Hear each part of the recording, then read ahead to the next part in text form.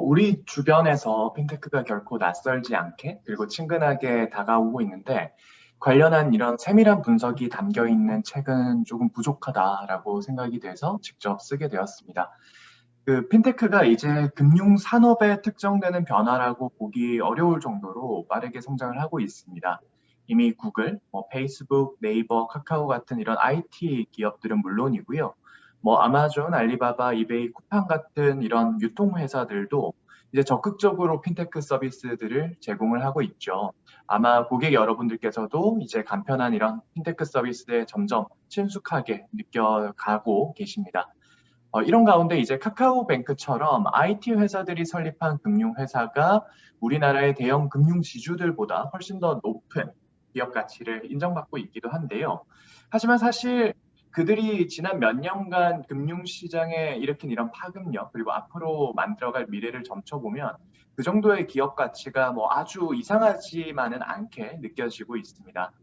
저는 이런 세계적인 변화의 흐름을 책으로 정리를 해보고 싶었습니다. 그리고 그 과정에서 여러 비즈니스적인 이런 자극을 독자분들께 전해드리고 싶기도 했었고요. 꼭 금융회사나 핀테크 회사에 계신 분이 아니라 할지라도 서비스들에 대한 여러 인사이트들을 가져갔으면 하는 마음도 함께 있었습니다. 말씀 주신 것처럼 다양한 산업에서 다양한 플레이어들이 금융 서비스들을 제공을 하고 있고요. 점점 금융 기업으로 진화를 해가고 있습니다. 저는 이런 변화의 이유를 크게 두 가지 측면에서 살펴볼 수 있다고 생각을 하는데요. 다른 사업이나 서비스하고 연계를 하면서 고객이 정말 체감할 수 있는 가치가 늘어나고 새로운 수익 모델을 발굴할 수 있는 가능성도 커지기 때문이다라고 말씀드릴 수 있겠습니다. 우선 금융 서비스를 연계하면 기존의 각 기업들이 제공하고 있던 여러 서비스들의 편의성을 상당 부분 높이면서 시너지를 만들어낼 수 있습니다. 쉽게 온라인 쇼핑을 떠올려 보시면 좋을 것 같아요. 온라인 쇼핑몰에서 무언가를 주문을 할 때 간편 결제를 써서 주문하면 정말 간단하다라고 느끼시죠? 이렇게 유통회사가 직접 결제 서비스를 만들어서 쇼핑몰에 잘 연계만 하면 고객들의 편의성도 높이면서 자신들의 쇼핑 사업에서의 매출도 높일 수 있죠. 심지어 여기서 BNPL, 그러니까 Buy Now, Pay Later라고 하는데 이런 일단 주문하고 돈은 나중에 받는 이런 신용카드 같은 서비스를 붙이면 대출 서비스로까지 이렇게 확장을 할 수가 있습니다. 고객도 편의를 느끼면서 회사의 본래 사업도 훨씬 더 성장할 수 있게 되는 것이라고 볼 수 있습니다.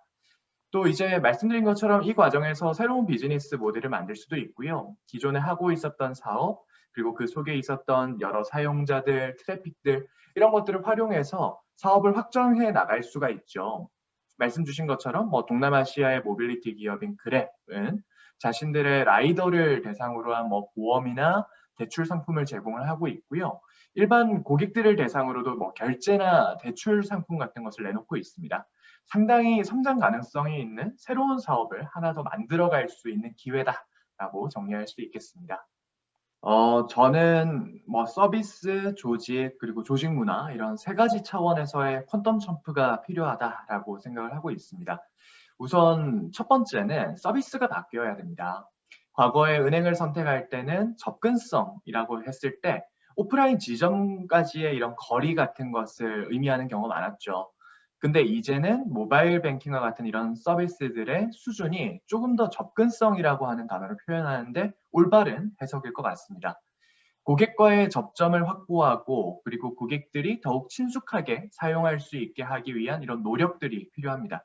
그러기 위해서는 지금의 현재의 이런 모바일 서비스 그리고 모바일 채널들을 통해 가지고 제공하다 이런 금융 상품들을 다른 일단 이런 핀테크 기업들과 유사하거나 더 나은 수준으로 만들기 위한 노력이 무엇보다 필수적인 상태인 것 같고요. 이런 걸 하기 위한 조직이나 또 조직 문화와 같은 이런 혁신 역시 함께 진행이 되어야 됩니다. 조직 차원에서는 뛰어난 IT 서비스를 만들 수 있을 만한 이런 인재를 채용하고 또 육성을 할 수가 있어야 되고요. 전사 차원에서는 모든 사람들이 이런 IT 서비스의 중요도를 느끼고 또 지지할 수 있도록 해 주어야 됩니다.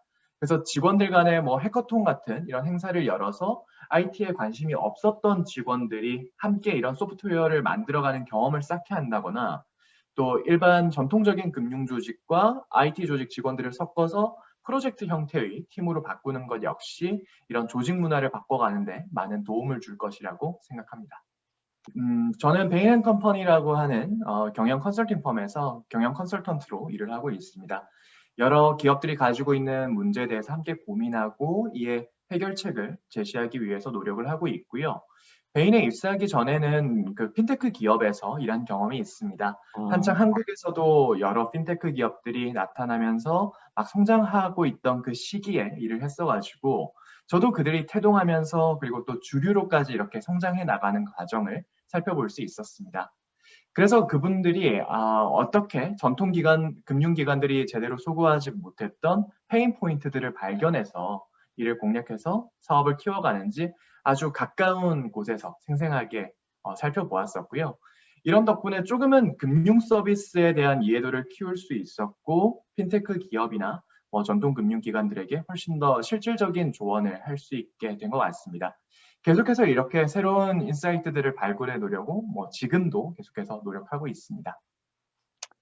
개인적으로는 이런 핀테크를 절대 금융 기술의 혁명이다라고 바라봐서는 안 된다라는 점이 제일 중요한 이야기인 것 같아요.